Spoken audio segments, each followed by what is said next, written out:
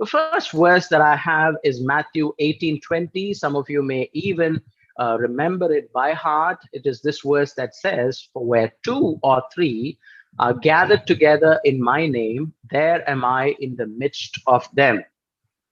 Anybody heard this verse before? Absolutely. Some of us will even know it by heart. Now, what is exactly the meaning of this particular verse? Feel free to say yes or no and respond on the chat. Don't unmute yet and speak. Generally, what is the normal way of understanding this verse?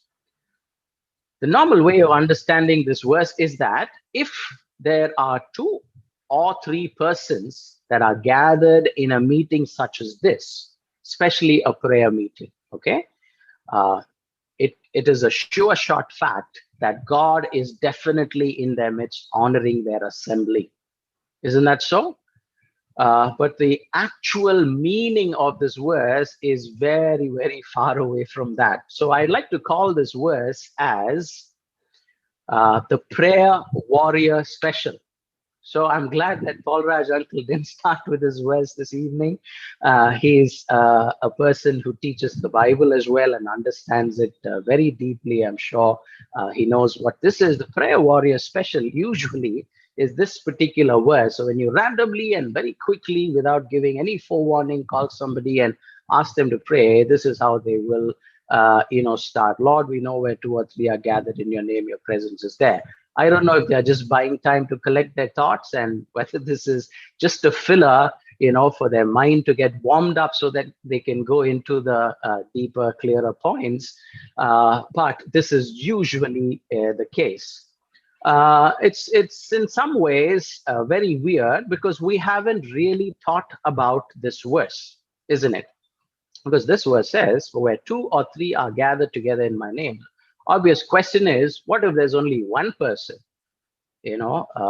gathered in the name of God and he was calling out to God? Will God not be present in their midst? So there has to be something more about understanding this verse than the way we look at it and understand it superficially in a cursory fashion, isn't it?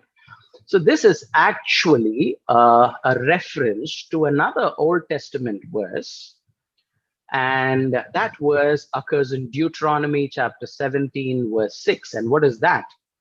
"At the mouth of two witnesses or three witnesses shall he that is worthy of death be put to death."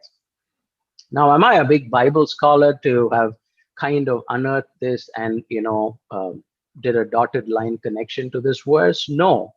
If you look at that particular verse in Matthew 18 and look at a verse above and a verse below, it becomes immediately very clear to us that this is not a verse about gathering for a prayer meeting and making sure 100% that God is there and the quorum that is required for God to be present is two or three. No, that's far from it. If you read a verse above and a verse below, you will know that this is a verse that is given in Matthew 18, where the context is church discipline.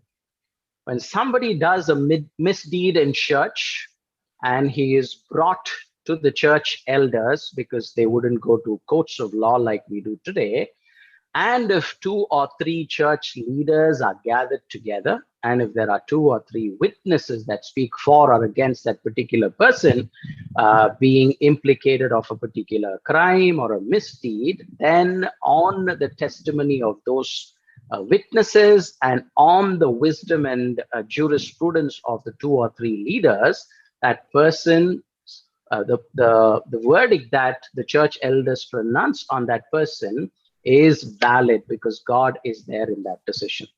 So that's the meaning of this one, okay? So it is church discipline and it is not the quorum for a prayer meeting. So that there goes my first verse.